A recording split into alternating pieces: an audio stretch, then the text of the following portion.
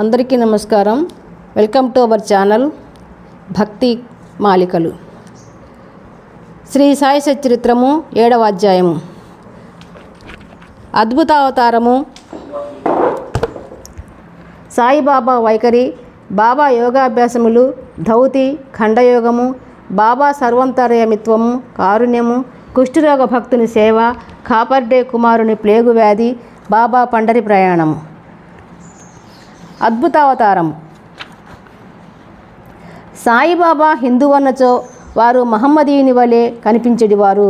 మహమ్మదీయుడనుకొన్నచో హిందూ మతాచార సంపన్నుడగు కనిపించుచుండెను. ఆయన హిందువా లేక మహమ్మదీయుడా అన్న విషయము ఇదమిద్దముగా ఎవరికీ తెలియదు. బాబా శాస్త్రోక్తముగా హిందువుల శ్రీరామనవమి ఉత్సవము జరుపుచుండెను. అదే కాలమందు మహమ్మదీయుల చందనోత్సవము జరుపుటకు అనుమతించెను. ఈ ఉత్సవ సమయమందు కుస్తీ పోటీలను ప్రోత్సహించుచుండువారు. గెలిచిన వారికి మంచి బహుమతులు ఇచ్చేవారు. గోకులాష్టమి నాడు గోపాల కాలోత్సవము జరిపించుచుండిరి.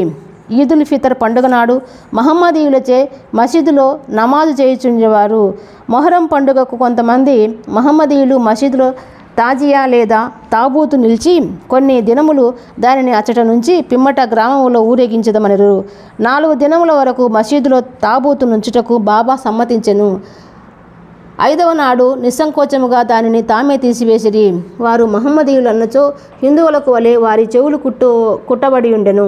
వారు హిందువులన్నచో సుంతిని ప్రోత్సహించెడివారు. బాబా హిందువైనచో మసీదునందేలా యుండును, మహమ్మదీయుడైనచో దునియను అగ్నిహోత్రములను ఎలా వెలిగించుయుండువారు.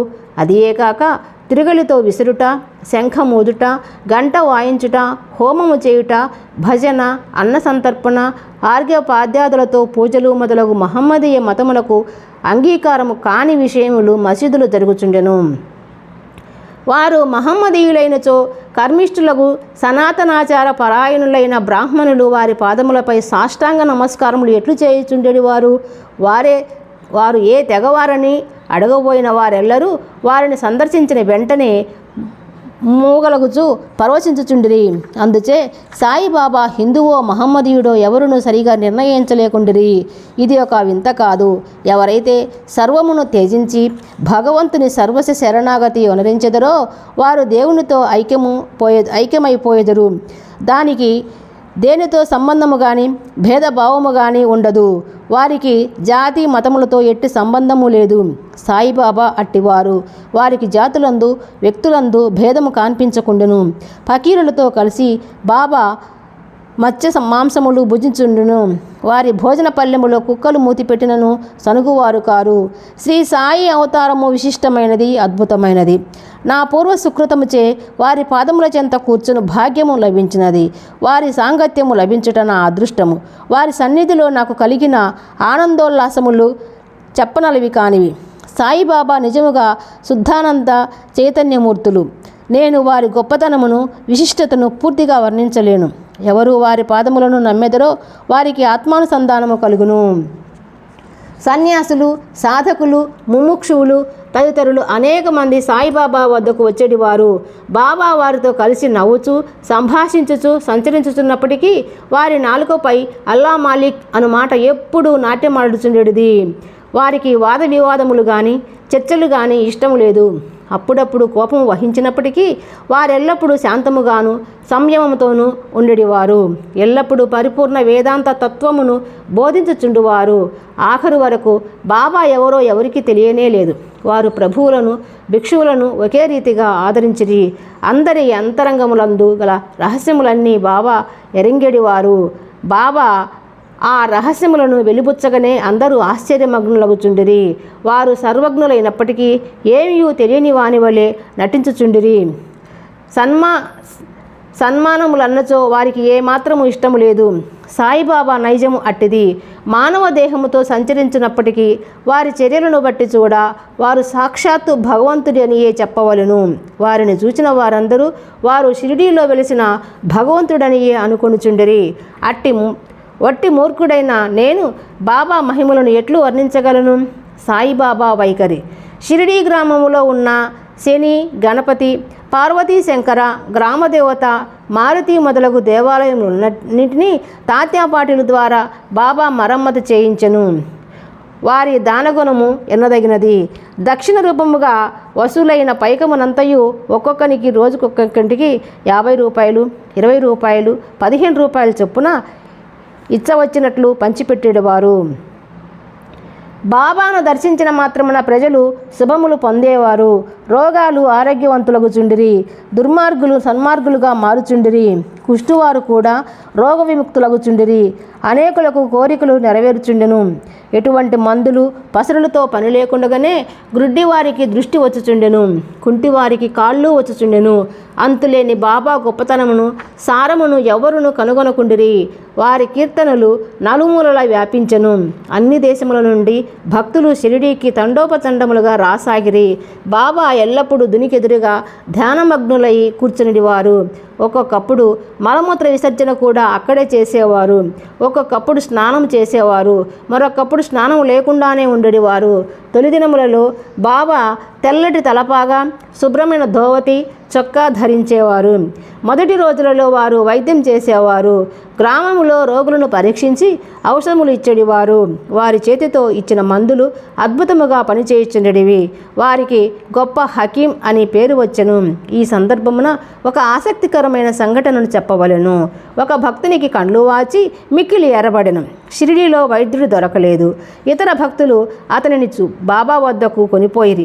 సామాన్యముగా అట్టి రోగులకు అంజనములు, ఆవు పాలు, కర్పూరముతో చేసిన ఔషధములు వైద్యులు ఉపయోగించెదరు. కానీ బాబా చేసిన చికిత్స విలక్షణమైనది. నల్ల జీడి గింజలను నూరి 2 మాత్రలుగా చేసి ఒక్కొక్క కంటిలో ఒక్కొక్క దానిని పెట్టి గుడ్డతో కట్టుకట్టిరి. మరుసటి దినము ఆ కట్లను విప్పి నీళ్లను దారగా పోసిరి. కండ్లలోని పుసి తగ్గి కంటిపాపులు తెల్లబడి శుభ్రమయ్యను. నల్లజీడి పిక్కలను నూరి కళ్ళలో పెట్టినను సున్నితమైన కండ్లు మండనే లేదు. అటువంటి చిత్రములు అనేకములు గలవు. కానీ అందు ఇదొకటి మాత్రమే చెప్పబడినది: బాబా యోగాభ్యాసములు. సాయిబాబాకు సకల యోగ ప్రక్రియలు తెలిసి ఉండెను. ధౌతి, ఖండయోగము, సమాధి మున్నగు షడ్విధ యోగ ప్రక్రియలందు బాబా ఆరితేరినవారు. అందులో 2 మాత్రమే ఇక్కడ వర్ణింపబడినవి. 1 ధౌతి. మసీదుకు చాలా దూరమున ఒక మర్రి చెట్టు కలదు. అక్కడ ఒక బావి కలదు. ప్రతి 3 రోజులకు ఒకసారి బాబా ఆ చెట్టుకు పోయి ముఖ ప్రక్షాళనము, స్నానము చేయుచుండెను. ఆ సమయంలో బాబా తన ప్రేవులను బయటికి వెడలిగ్రక్కి వాటిని నీటితో శుభ్రపరిచి ప్రక్కనున్న నేరేడు చెట్టుపై ఆరవేయుట షిరిడీలోని కొందరు కండ్లారా చూచి చెప్పిరి. మామూలుగా ధౌతి అనగా 3 అంగుళముల వెడల్పు, 22.5 అడుగుల పొడవు గల గుడ్డను మింగి కడుపులో అరగంట వరకు ఉండనిచ్చి పిమ్మట తీసెదరు. కానీ బాబా చేసిన ధౌతి చాలా విశిష్టము, అసాధారణమైనది. 2వది ఖండయోగము. బాబా తన శరీరములు అన్నీ వేరు చేసి మసీదునందు వేరు స్థలములలో విడిచిపెట్టువారు. ఒకనాడు ఒక పెద్ద మనిషి మసీదుకు పోయి బాబా అవయవములు వేరు స్థలములందు పడియుండుట చూచి భయకంపితుడై బాబాను ఎవరో ఖూనీ చేసిరనుకొని గ్రామ మున్సబు వద్దకు పోయి ఫిర్యాదు చేయ నిశ్చయించుకొనెను. కానీ మొట్టమొదట ఫిర్యాదు చేసిన వానికి ఆ విషయం గురించి కొంచెమైనా తెలిసియుండునని తననే అనుమానించదరని భయపడి ఊరకొనెను. మరుసటి దినం అతడు మసీదుకు పోగా బాబా ఎప్పటి వలె హాయిగా కూర్చొని చూచి ఆశ్చర్యపడెను. ముందు దినము తాను చూసినదంతయు భ్రాంతి అనుకొనెను. చిరుప్రాయం నుండి బాబా వివిధ యోగ ప్రక్రియలు చేయుచుండెను. వారి యోగస్థితి ఎవరికి అంతుపట్టనిది. రోగుల వద్ద నుంచి డబ్బు పుచ్చుకొనకే ఉచితముగా చికిత్స చేయుచుండిరి. ఎందరో పేదలు, యథార్థులు వారి అనుగ్రహం వల్ల స్వస్థత పొందిరి. నిస్వార్థముగా వారు చేయు సత్కార్యముల వలనే వారికి గొప్ప కీర్తి వచ్చెను. బాబా తన సొంతము కొరకు ఏమీ చేయక ఇతరుల మేలు కొరకే ఎల్లప్పుడూ పాటుపడేవారు. ఒక్కొక్కప్పుడు ఇతరుల వ్యాధిని తనపై వేసుకొని ఆ బాధను తాము అనుభవించేవారు. అటువంటి సంఘటన ఒక దానిని ఈ దిగువ పేర్కొందును. దీనిని బట్టి బాబా యొక్క సర్వజ్ఞత, దయార్థ హృదయము విత్తమగును. బాబా సర్వంతర్యామిత్వము, కారుణ్యము. 1910వ సంవత్సరము దీపావళి పండుగ ముందు రోజున బాబా దుని వద్ద కూర్చుండి చలి కాచుకొనుచు దునిలో కట్టెలు వేయుచుండెను. దుని బాగుగా మండుచుండెను. కొంతసేపైన తరువాత హఠాత్తుగా కట్టెలకు మారు తన చేతిని దునిలో పెట్టి నిశ్చలముగా ఉండిపోయిరి. మంటలకు చేయి కాలిపోయిను. మాధవుడనే నౌకరును మాధవరావు దేశపాండేయు దీనిని చూచి వెంటనే బాబా వైపుకు పరుగిడిరి. మాధవరావు దేశపాండే బాబా నడుమును పట్టుకుని బలముగా వెనుకకు లాగెను. దేవా, ఇట్లేలా చేసితిరి అని బాబాను అడిగిరి. బాబా బాహ్యస్మృతి తెచ్చుకొని ఇక్కడకు చాలా దూరంలో ఒక కమ్మరి స్త్రీ తన బిడ్డను ఒడిలో ఉంచుకొని కొలిమి నూదుచుండెను. అంతలో ఆమె భర్త పిలిచెను. తన ఒడిలో బిడ్డయున్న సంగతి మరచి ఆమె తొందరగా లేచెను. బిడ్డ మండుచున్న కొలిమిలో పడెను. వెంటనే నా చేతిని కొలిమిలోనికి దూర్చి ఆ బిడ్డను రక్షించి తిని. నా చేయి కాలితే కాలింది, అది నాకంతయు బాధాకరము కాదు, కానీ బిడ్డ రక్షింపబడెను. ఆ విషయము నాకు ఆనందము కలుగజేయుచున్నదని బాబా జవాబిచ్చెను. కుష్ఠరోగ భక్తుని సేవ. బాబా చెయ్యి కారణని సంగతి మాధవరావు దేశపాండే ద్వారా తెలుసుకున్న నానాసాహెబ్ చాందోర్కరు వెంటనే బొంబాయి నుండి డాక్టర్ పరమానందయ్యను ప్రఖ్యాత వైద్యుని వెంటబెట్టుకుని వైద్య సామాగ్రితో సహా హుటాహుటిన షిరిడీ చేరెను.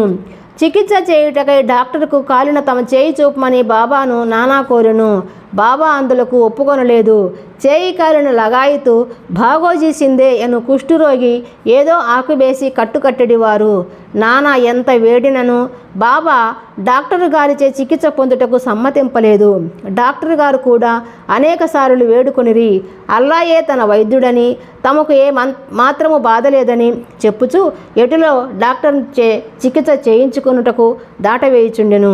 అందుచే డాక్టరు మందుల పెట్టె మూత అయినా తెరవకుండగానే బొంబాయి తిరిగి వెళ్ళిపోయెను. కానీ అతనికి ఈ మిషతో బాబా దర్శన భాగ్యము కలిగించెను.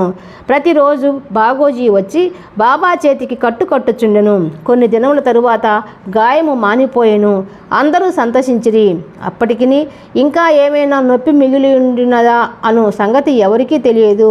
కానీ ప్రతిరోజు ఉదయము బాగోజీ పట్టీలను విప్పి బాబా చేతిని నేతితో తోమి తిరిగి కట్లను కట్టుచుండెడివాడు. బాబా మహాసమాధి వరకు ఇది జరుగుతూనే ఉండెను. మహాసిద్ధ పురుషుడైన బాబాకు ఇదంతయు నిజానికి అవసరం లేకప్పటికీ తన భక్తుడైన బాగోజీ అందుగల ప్రేమచే అతడొనర్చు ఉపాసనను గైకొనెను. బాబా లెండికి పోనప్పుడు బాగోజీ బాబా తలపై గొడుగు పట్టుకొని వెంట నడిచెడివాడు.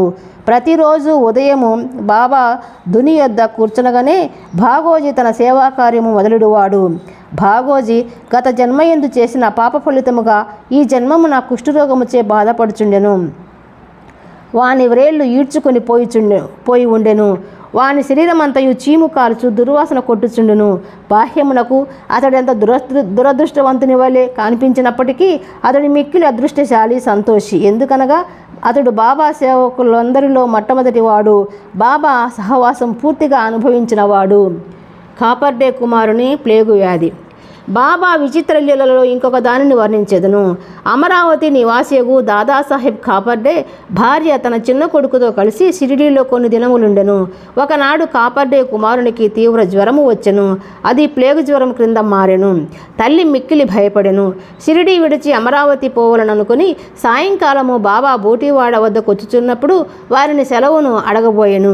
గద్గద కంఠముతో తన చిన్న కొడుకు ప్లేగుతో పడియున్నాడని బాబాకు చెప్పెను. బాబా ఆమెతో దయతో మృదువుగా ఇట్లనను, ప్రస్తుతము ఆకాశము మబ్బు పట్టి ఉన్నది. కొద్దిసేపటిలో మబ్బులన్నీ చెదిరిపోయి ఆకాశం నిర్మలమగును. అట్లనుచు బాబా కఫ్నీని పైకెత్తి చంకలో కోడిగ్రుడ్లంత పరిమాణము గల 4 ప్రేగు పొక్కులను చూపుచూ, నా భక్తుల కొరకు నేనెట్లు బాధపడేదనో చూడుము. వారి కష్టములన్నీ నావే. ఈ మహాద్భుత లీలను చూచిన జనులకు మహాత్ములు తమ భక్తుల బాధలు తాము ఎట్లు స్వీకరింతురో ఎను విషయము స్పష్టమైనను. మహాత్ముల మనసు మైనము కన్నా మెత్తనిది, వెన్నవలే మృదువైనది.